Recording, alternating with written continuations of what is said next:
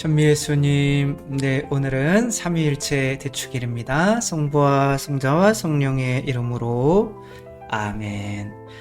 오늘도 가톨릭 스튜디오를 통해서 또 주님께서 알려주시는 진리를 또 한 주간의 또 생활 양식으로 함께 하시기 위해서 이렇게 시청해 주시는 여러분 모두에게 감사를 드리고, 오늘 삼위일체가 어렵죠. 그래서 그런 얘기도 있는데, 아구스티노스가 삼위일체에 대한 책을 썼죠.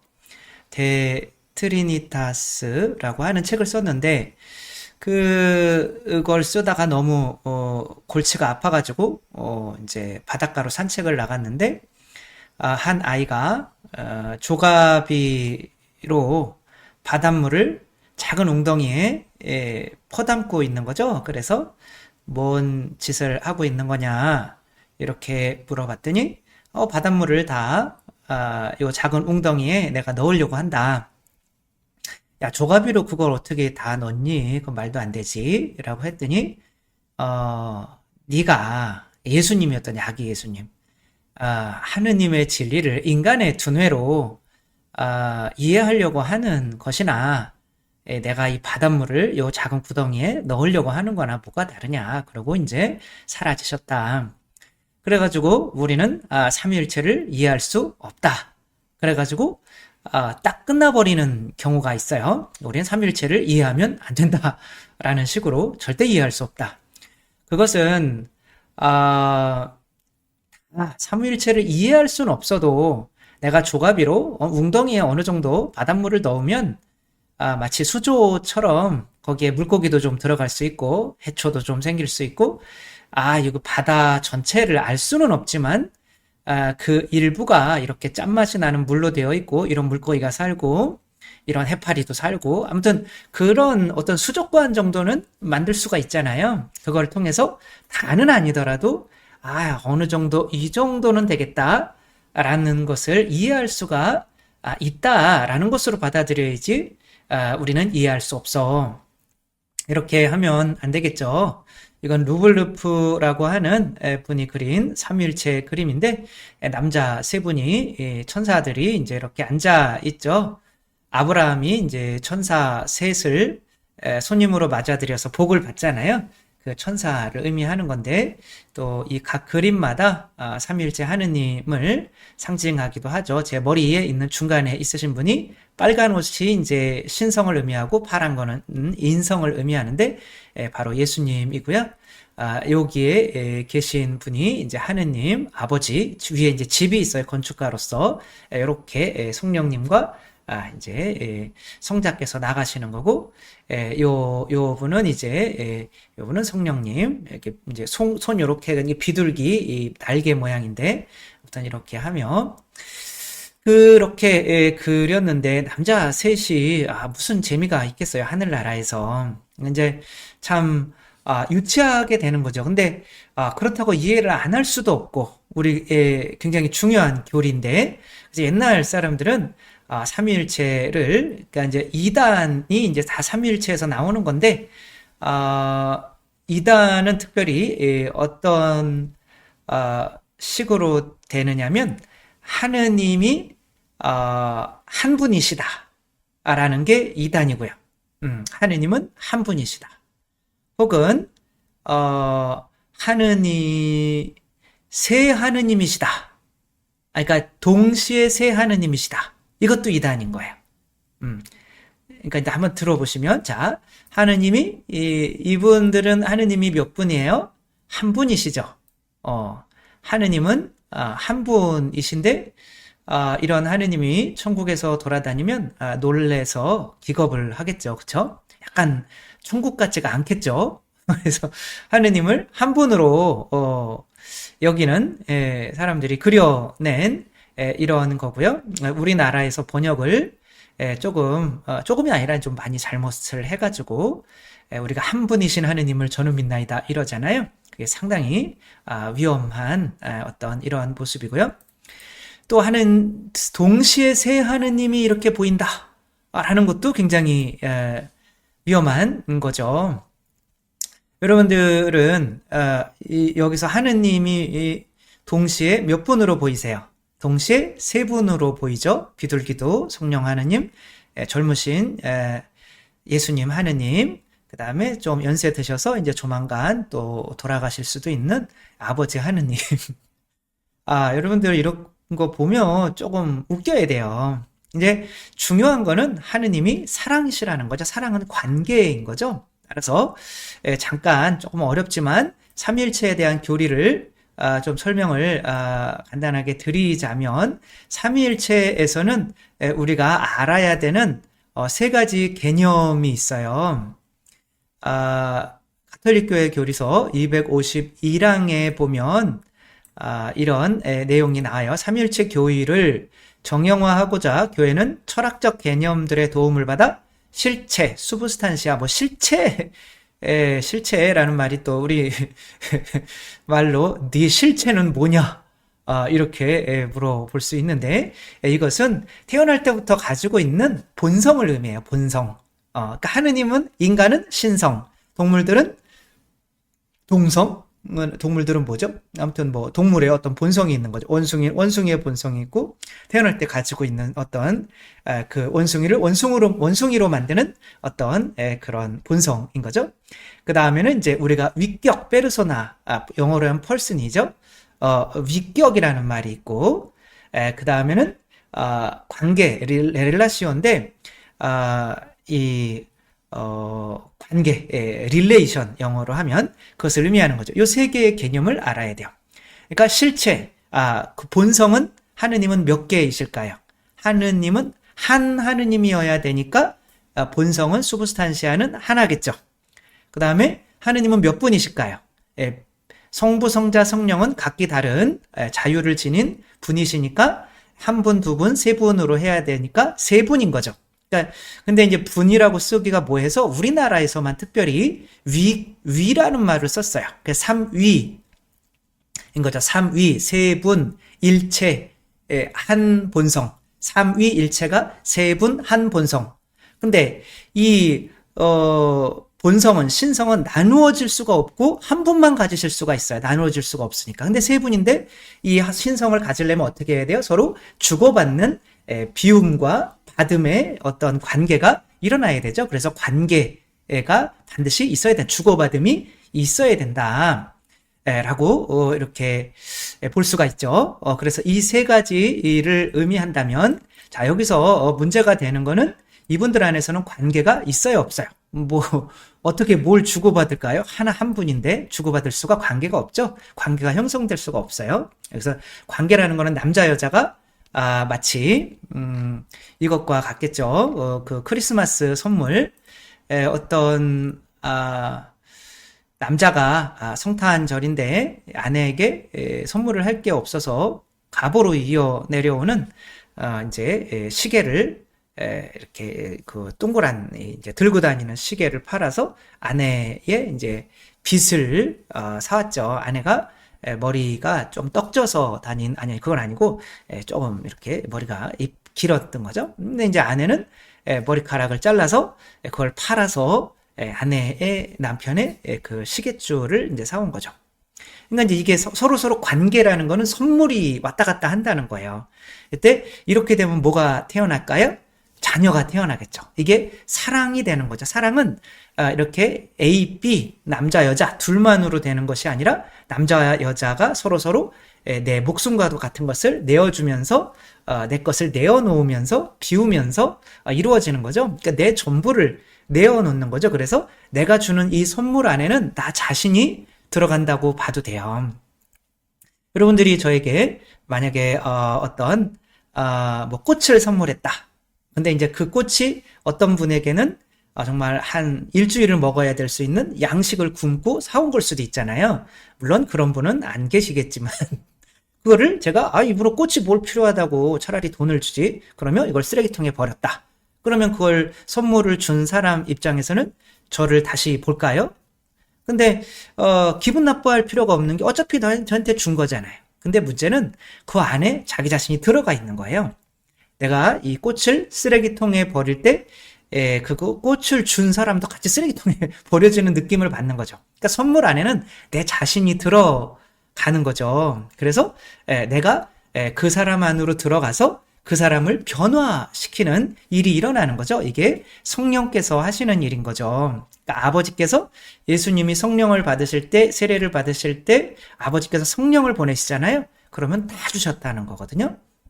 그리고 그것으로 예수님이 변화될 수가 있는 거죠. 또 예수님도 아버지를 위해서 십자가에 못 박히셔서 제 영을 당신의 손에 맡깁니다. 성령인 거죠. 거룩한 영을. 그러니까 제가 가진 모든 것, 신성을 성령을 통해서 아버지께 드리는 거죠. 마치 탁구 치는 거라고 생각을 하면 되겠죠. 그래서 탁구공으로 이렇게 왔다 갔다 하는 거. 성령님을 탁구공으로 보면 좀 뭐하겠지만 그 탁구공 안에 신성이 들어있다고 생각하고 이렇게 서로서로 주고받는 것을 통해서 그 탁구 치는 두 사람이 그 선물을 통해서 하나가 되는 거고, 거기에서 나오는 게 사랑인 거죠. 그 사랑이 누구한테 전해지는 거예요? 자녀에게 전해지는 거죠. 그래서 하느님께서는 이렇게 말씀을 하셨죠. 우리와 비슷하게 우리 모습으로 사람을 만들자. 하느님의 모습으로 사람을 창조하시되 남자와 여자로 그들을 창조하셨다.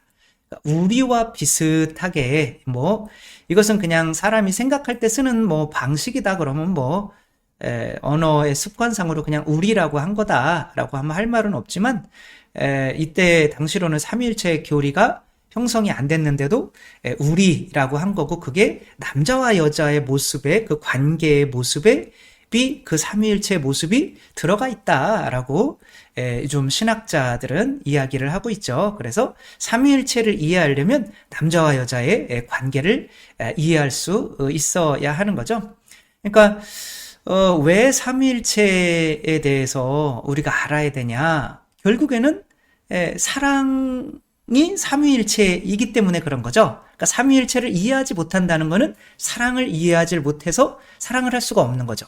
그러니까 만약에 우리가 분이신 하느님을 저는 믿나이다 라고 하면 아까 얼굴 세신 것처럼 어떤 때는 물이었다가, 어떤 때는 수증기였다가, 어떤 때는 얼음이었다가, 이런 식으로 변하는, 거기 안에 무슨 관계가 있겠어요? 자기 혼자 변하는 건데, 거기에 남자 여자의 주고받는 그런 게 뭐가 있어요?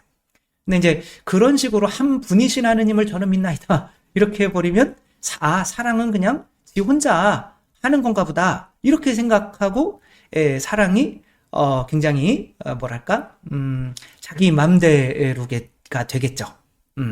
그래서 이제 만약에 다 그런 분들도 많이 계시지만 이제 다 그렇게 되는 것도 아니지만, 만약 홀어머니 밑에서 컸다라고 하면 이제 어머니가 이제 남편 아버지와 또 어떻게 사랑을 해서 아버지가 또 벌어오는 돈을 받아서 어머니가 또 어떻게 이것을 나에게 주는지를 보면서 이게 사랑이구나 라고 보는 것과, 홀어머니나 홀아버지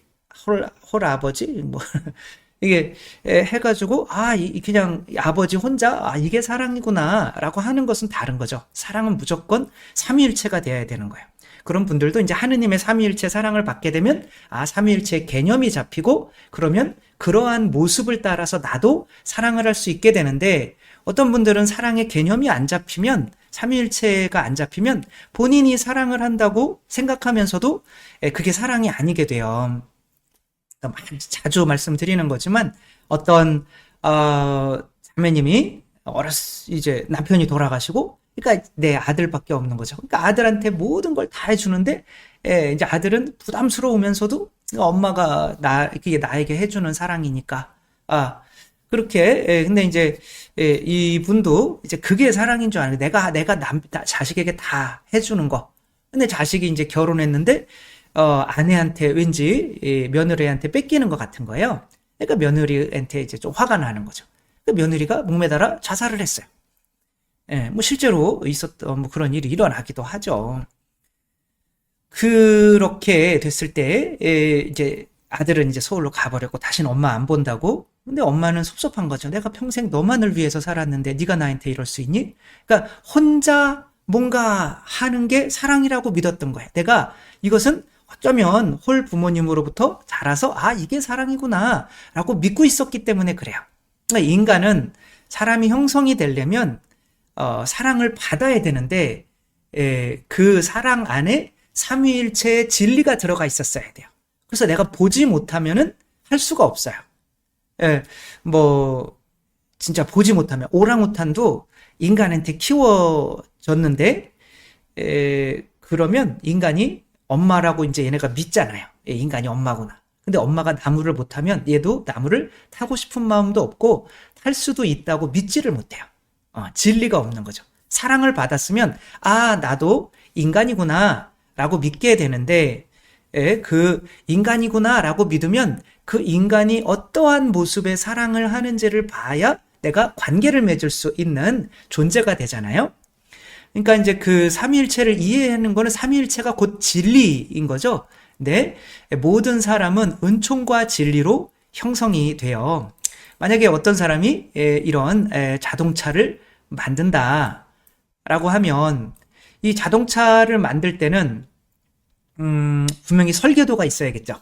그리고 또 이거를 하나로 조립하려면 피와 땀이 있어야 돼요. 그러니까 피와 땀은 내가 막 이렇게 설계도에 맞춰서 하는 이 피와 땀은 은총이라고 그래요. 그리고 여기 차의 설계도는 진리라고 해요. 그러니까 이 진리와 은총이 결합될 때야만 하나의 새로운 무언가가 창조되는 거죠. 그러니까 인간도 마찬가지인 거죠. 얘는 옥사나 말라야라고 개들한테 키워줬단 말이에요. 5년 동안. 근데 지금도 아직도 본인이 개인 줄 알아요. 근데 이제 개인 줄 아니까 두 발로 걷는 게 너무 어색한 거예요. 잘 걷지도 않고 그냥 사람이 안 볼 때는 지금 사람이랑 막 3, 40년을 살아도 안 돼요. 본인이 생각을 잘 못해. 아직은 그 말의 수준이 어린이 6살 단계이기 때문에 아직도 내가 왜 사람이어야 되는지. 나는 개들이 나를 먹여 살렸는데 은총을 받은 거죠. 그러니까 나는 개야 라는 믿음이 있고, 그럼 개는 어떻게 살지? 이렇게 짖고 또 이렇게 내 먹을 거를 누구에게 주고, 그러니까 개들이 사랑할 수 있는 그 사랑의 수준까지만 사랑할 수 있는 거예요. 그러니까 이 사람이 이렇게 보여지는 거 안에는 어떤 개가 이 옥사나 말라야에게 준 은총과 진리를 주었기 때문에 이런 모습이 드러나는 거죠. 우리가 하느님 나라에 살려면 하느님의 어떤 모습대로 이렇게 가야 하는데, 따라서 한번 보면 교회는 실체라는 다른 때로는 본질이나 본성이 저는 본성이 제일 좋은 것 같아요. 단어로 표현되는 단어를 단일성에서 보는 하느님을 표현할 때 사용하면, 단일성이라는 거는 한 하느님. 그래서 우리가 리키아 콘스탄티노폴리스 신경을 고백할 때 한 분이신 하느님, 이거는 잘못 번역한 거예요. 한 하느님을 믿으며, 한 분이 뭐 아버지만을 의미한다라고 하면 이해할 수 있겠지만, 한 분이신 하느님을 저는 믿나이다 그런데 거기에 성부, 성자, 성령이 다 표현된다? 이것은 이단적인 신앙 고백이에요. 그렇게 하면 안 되는 거고, 이것이 조금은 빨리 우리가 용어 정리가 좀 됐으면 좋겠어요. 그래서 하느님은 성부, 성자, 성령 세 분이에요. 삼위라는 말이 세 분이란 뜻이에요. 위라는 말이 분이란 뜻인데, 우리가 삼위일체 했을 때는 삼위라고 써놓고 하느님은 한 분이라고 얘기하면 안 되는 거죠. 삼위가 세 분이란 뜻이에요. 근데 일체라고 하는 거는 한 본성이라고 하는 거죠. 그러니까 세 분이 어떻게 한 본성을 갖느냐 그러면은, 그러니까 동시에 세 분이 하느님으로 보이면 어떻게 되는 거예요? 본성이 세 개가 되는 거죠. 그러니까 이게 이단이 되는 거예요. 그래서 동시에 세 하느님을 볼 수는 없어요. 그래서 예수님께서 나를 본 것이 왜 아버지를 본 건데 또 아버지를 보여달라고 그러냐? 이렇게 되는 거예요. 그래서 동시에 세 하느님이 우리가 눈으로 볼 수는 없어요. 시간과 공간 안에서 그런 일은 일어나지 않아요. 아버지를 또 인간으로 봤다고 하는 그런 것도 일어날 수가 없어요. 시간과 공간을 창조하신 하느님 아버지께서는 시간과 공간 안으로 들어오신 적이 없어요. 예수님은 들어오셔서 그냥 인간으로 보이는 걸 이해할 수가 있지만, 성령님도 뭐 비둘기 뭐 여러 모양으로 나타나셔서 뭐 성령님이 어떤 모양으로 보이는 것도 그냥 이해할 수는 있지만, 아버지를 어떤 인간의 형상으로 표현하는 것은 그것은 이제 시간과 공간을 창조하신 분이 내가 개집을 만들어 놓고 개집 안에 들어가서 사는 것과 비교도 될 수 없을 정도로 어마어마하게 말이 안 되는 이야기인 거죠.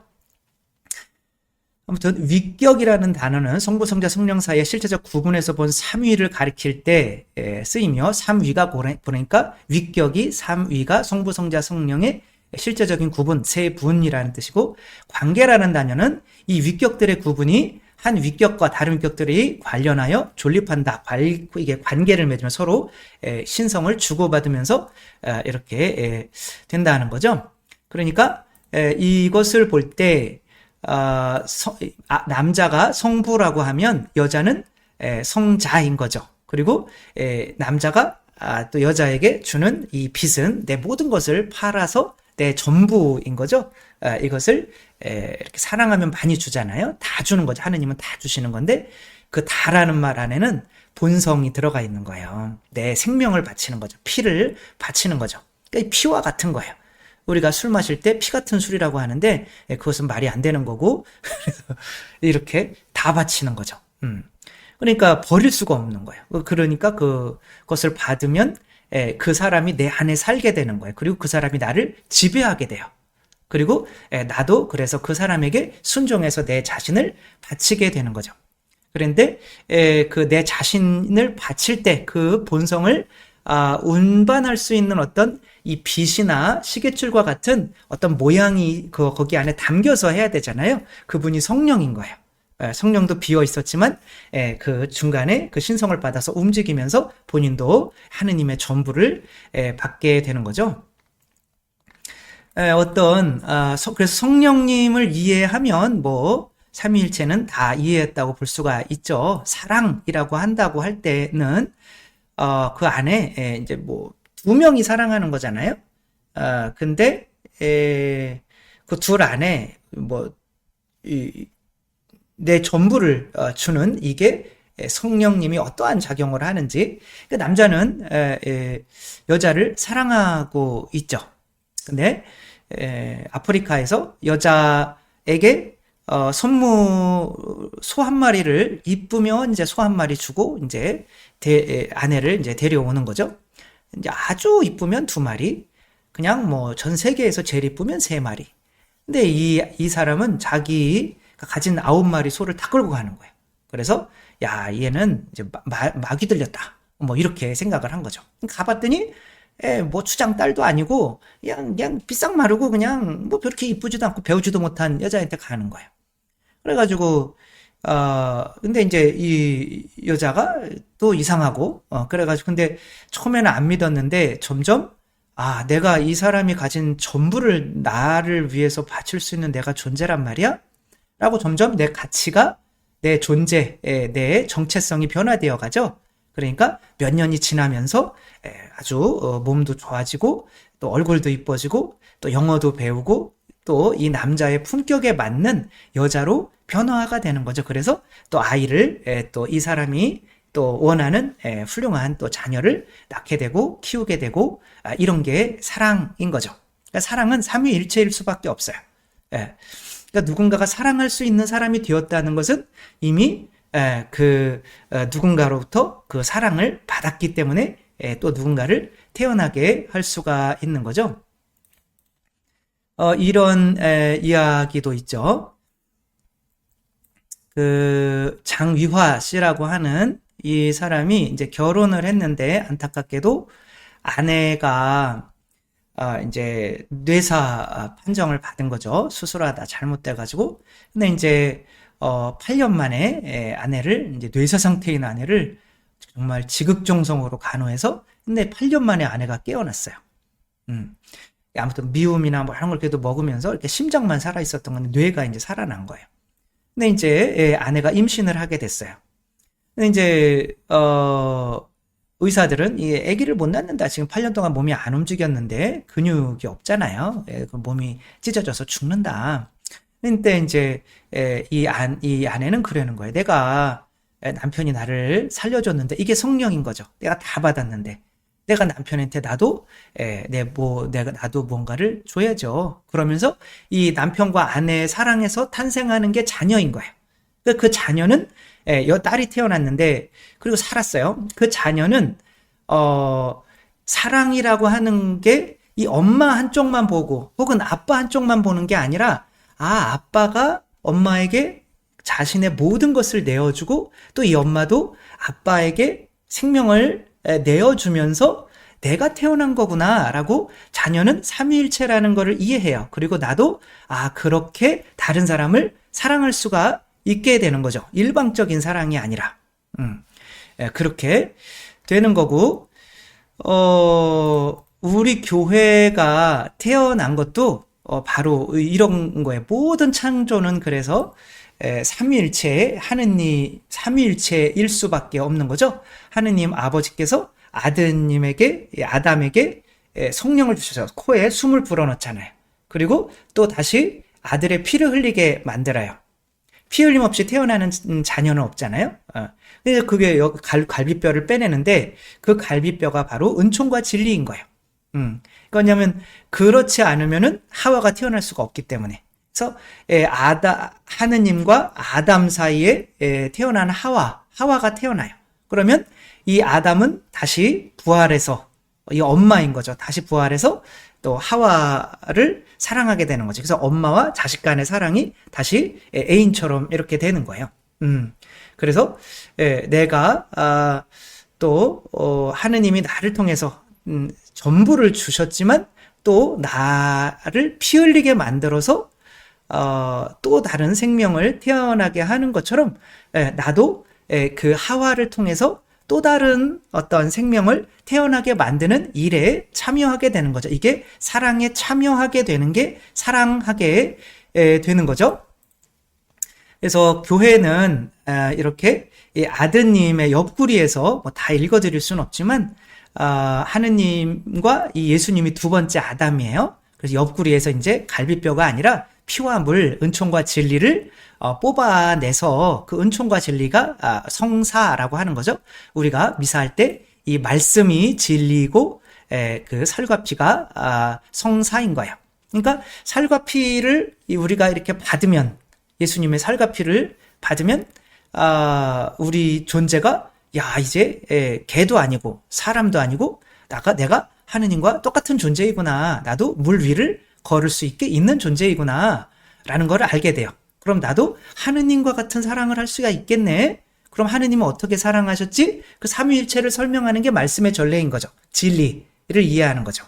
그래서 진리를 이해하고 그 말씀의 성찬의 전례, 이 말씀의 전례, 진리와 성찬의 전례, 은총을 통해서 우리가 하느님의 자녀로 새로 태어나가지고 우리가 그러면 똑같이 그런 사랑을 베풀 수가 있게 되는 거죠. 우리가 결국에는 하느님 나라에 살려면 하느님의 수준의 어떤 사랑을 해야 되는데, 그러려면 사랑이라고 하는 것은 착한 사마리아인의 비유죠. 내가 어떤 사랑을 할 수 있어서 하는 것이 아니라, 인간은 사랑할 능력이 없어요. 뭐 스마트폰에서 저절로 전기가 나와서 저절로 충전되는 스마트폰도 없고, 뭐 자동차도 거기 안에서 기름이 저절로 솟아나오는 자동차도 없죠. 그러니까 이제 사랑이라고 하는 거는 내 정체성에서 나오는 거예요. 그리고 내 정체성을 가질 때 나를 그 정체성을 준 삼위일체의 사랑만큼만 할 수 있게 되는 거죠. 뭐 갈수록 어려워지네요. 자, 이제 네 가족이 있었는데 제주도에서 불이 났어요. 아파트에. 그런데 이제 아빠, 엄마, 아들 둘이 있었는데 이제 소방관들이 와가지고 아빠하고 엄마하고 아들 하나는 구했는데 이제 아들이 한 명이 못 나오고 있는 거죠. 이때 아버지가 이제 소방관들도 없이 그냥 다시 자기가 딱 불 속으로 뛰어들어요. 거기 수많은 사람이 구경하고 있는데 왜 이 아버지만 그 불 속에 있는 아들을 사랑할까요? 본인이 아버지니까, 그리고 자기 아버지라면 자기한테 그렇게 했을 것이니까 그런 거예요. 그러니까 사람이 내 안에 사랑이 있어서, 근데 이 사람이 기억상실증에 걸려서 내가 아버지인 거를 잊어버리면 이 사람은 여기 뛰어들지 않아요. 남의 집 불구경이 되는 거란 말이에요. 그러니까 내가 아버지라는 정체성을 내가 있기 때문에 내가 사람이니까, 내가 개니까, 내가 하느님이니까 사랑할 수가 있는 거죠. 내가 형제니까 이 형제를 사랑하는 거고, 누구 자녀, 내가 자녀니까 태어났는데 내 자녀니까 사랑하는 거지. 내 자녀가 옆집 애보다 잘생겼거나 옆집 애보다 머리가 좋거나 옆집 애보다 더 착하거나 그렇지 않잖아요. 그냥 내 자녀니까. 그러니까 사랑은 정체성에서 나오는 건데, 그 정체성이라고 하는 것은 엄마 혼자 아기 낳을 수가 없잖아요. 그러니까 남자와 여자 사이에 그 삼위일체 관계, 그 삼위일체 관계가 사랑인 거죠. 그래서 삼위일체 관계 내에서 사랑을 받아서 새로운 정체성을 갖지 않으면 사랑을 할 수 있는 존재가 아닌 거예요. 그냥 이 사제들처럼 미사하느냐고 바빠서 지나가 버리고 레위인들처럼 지나가 버리고 한단 말이에요. 사랑을 할 수가 없어요. 그래서 그런 거죠. 그래서 우리 예수님께서 우리를 사랑할 수 있는 존재로 새로 만들기 위해서는 어떻게 해야 돼요? 에사우가 예수님의 상징이라고 했죠. 그러니까 지금 어떻게 된 거예요? 이 어머니가 이제 어머니와 에사우를 한번 생각해 보세요. 어머니와 에사우와 지금 팔을 내밀고 있는 거는 야곱. 에사우도 아들이고 야곱도 아들이에요. 근데 어머니가 이 야곱을 하늘나라에 들어보내려면, 이제 이삭에게 통과를 해야 돼요. 그러니까 하느님의 아드님은 우리는 하느님으로부터 났을까요? 안 났을까요? 이제 하느님으로부터 난 분은 예수 그리스도밖에 없죠. 근데 이제 우리가 예수 그리스도가 됨으로써 하느님을 아버지, 성모님을 어머니라고 부를 수 있는 건데,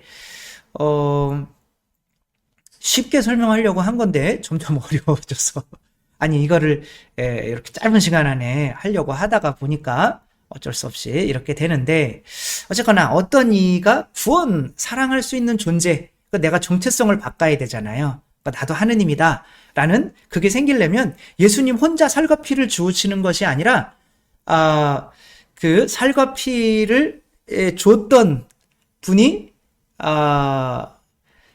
또 누군가를 새로 창조하기 위해서 그 피 흘림을 하게 만들어야 돼요. 에사우는 불다라는 뜻이에요. 그래서 레베카 엄마 뒤에 이렇게 늦게 오고 있는 에사우가 빨간색으로 칠해져 있잖아요. 그 엄마의 등 뒤에. 그 벗겨진 거예요. 껍데기가 우리 예수 그리스도를 입으십시오 그러잖아요. 그러니까 이 엄마가 아버지라고 생각하고 예수님이 아드님이라고 생각하면 그 결국에는 아들을 키워서 그렇게 키워냈던 것이 누구예요? 엄마잖아요. 근데 엄마가 다시 그 옷을 뜯어가지고 또 야곱에게 입혀가지고 네가 에사우라고 그래. 그러면 아버지가 너한테 하늘나라의 상속권을 주실 거야. 그렇게 해서 야곱이 이제 에사우를 입고 나는 에사우입니다 라고 우기는 거죠. 그 옷을 입고 털옷을 입고. 왜냐면 야곱은 민자예요. 저도 털이 별로 그런 얘기 할 필요 없지만 민자. 근데 이 에사우의 잠깐 딴 생각했네요. 에사우의 옷을 입고 내가 에사우입니다. 내가 그리스도입니다라는 그 믿음이 생기지 않으면 누군가를 용서하려면 용서를 할 수 있다고 믿어야 되잖아요. 그리고 용서를 하고 싶어야 되잖아요.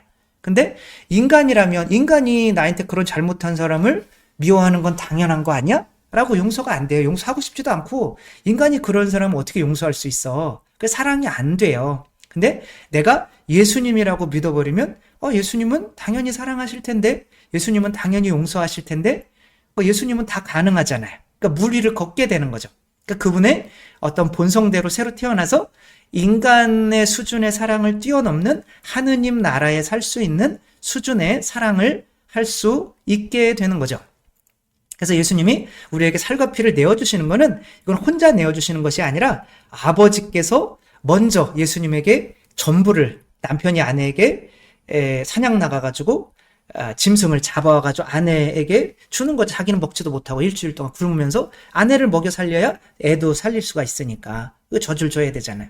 그러니까 그렇게 예수님께서 그래야 아이들이 내가 개가 아니고 내가 인간이구나. 그리고 이렇게 또 아빠 엄마가 하는 사랑을 보고 나도 내 자신을 내어줄 수 있는 사랑을 할 수 있게, 삼위일체 사랑을 할 수 있게 되는 거죠. 그러니까 어떤 사람이 사랑을 할 수 있다는 거는 그만큼 또 누군가로부터 받았다는 뜻인 거죠. 이렇게 삼위일체가 계속 이어지는 거죠. 그래서 사랑을 이해하려면 아무튼 이 삼위일체를 이해해야 된다. 자, 성모님께서 지금 엘리사벳을 방문해서 엘리사벳에게 성령님을 주러 가시는 거죠. 그러니까 성모님과 엘리사벳도 삼위일체의 관계인 거죠. 그 중간에 당신의 인사말 소리가 내 귀에 들리자 내 안에 또 요한이 기뻐 뛰놀았습니다. 그러니까 성령님이 들어온 거죠.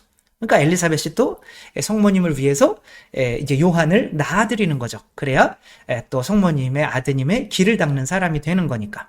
그러니까 여기에서 삼위일체는 또 성모님과 엘리사벳이 될 수 있죠. 그리고 거기를 통해서 주고받는 이 성령님 사랑의 봉사를 통해서 또 새로운 자녀가 태어나는 거죠. 그 누군가가 또 사랑을 증언하고 있다면 또 엘리사벳과 요한이 그러고 있다면 또 엘리사벳이 그만큼 요한을 사랑했겠고 또 요한도 또 엘리사벳을 사랑해서 또 누군가를 새로 태어나게 만드는 창조를 할 수가 있게 되는 거죠. 성모님 이렇게 혼자 가시는 것 같지만 그 태중 안에 누가 계세요? 예수님이 계시잖아요. 그러니까 하느님이 계시잖아요. 하느님이 당신의 모든 것을 주신 거예요. 동시에 하느님이 세 분으로 보일 수는 없어요. 그러나 세 분이에요. 성령이 있죠. 그렇죠? 그다음에 하느님이 당신 안에 잉태되어 계시죠. 그러니까 성령으로 잉태된 거니까 성령도 한 분, 당신 안에 잉태된 아드님도 한 분, 그다음에 당신도 한 분. 이게 삼위인 거야. 이게 세 분. 그러나 일체인 거예요. 하나인 거죠. 그래서 이렇게 엘리사벳을 향하여 누군가를 새로 태어나기 위해서 또 피 흘리러 가는 거죠. 여기 갔다 오면 돌 맞아 죽을 수도 있잖아요. 그래서 모든 사랑은 이렇게 삼위일체가 되어야 되는 거죠.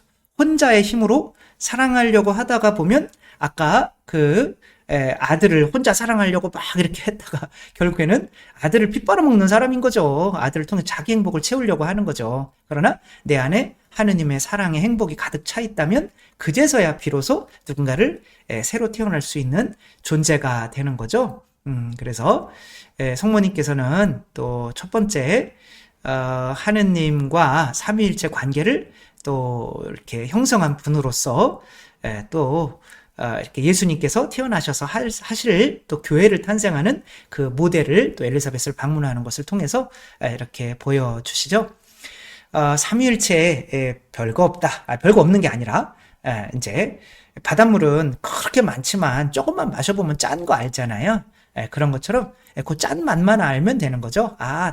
내가 지금 사랑할 수 있는 존재는 아버지 어머니가 서로 사랑하셨기 때문에 삼위일체로 사랑하셨기 때문에 그렇구나. 또 아버지가 또 엄마에게 많은 것을 당신의 전부를 주셨고 또 어머니도 아버지에게 순종해서 피를 흘리면서 나를 낳았기 때문에 그렇고 또 어머니와 나도 삼위일체잖아요. 어머니도 가진 모든 것을 나에게 주었고 나도 어머니께 효도하려고 어머니가 원하는 대로 내가 두 발로 걷고 말도 하고 공부도 하고 성당도 다니고 함으로써 내가 또 누군가를 그 어머니와 나와의 관계의 그 수준만큼 또 창조할 수 있는 존재가 됐구나 라고 이렇게 볼 수가 있는 거고 그렇게 보면 모든 관계는 다 삼위일체구나. 그래서 삼위일체 관계가 될 때야만 사랑이구나. 하느님 삼위일체를 그래서 이해하지 못하면 사랑도 이해하지 못하고 할 수도 없는 거구나.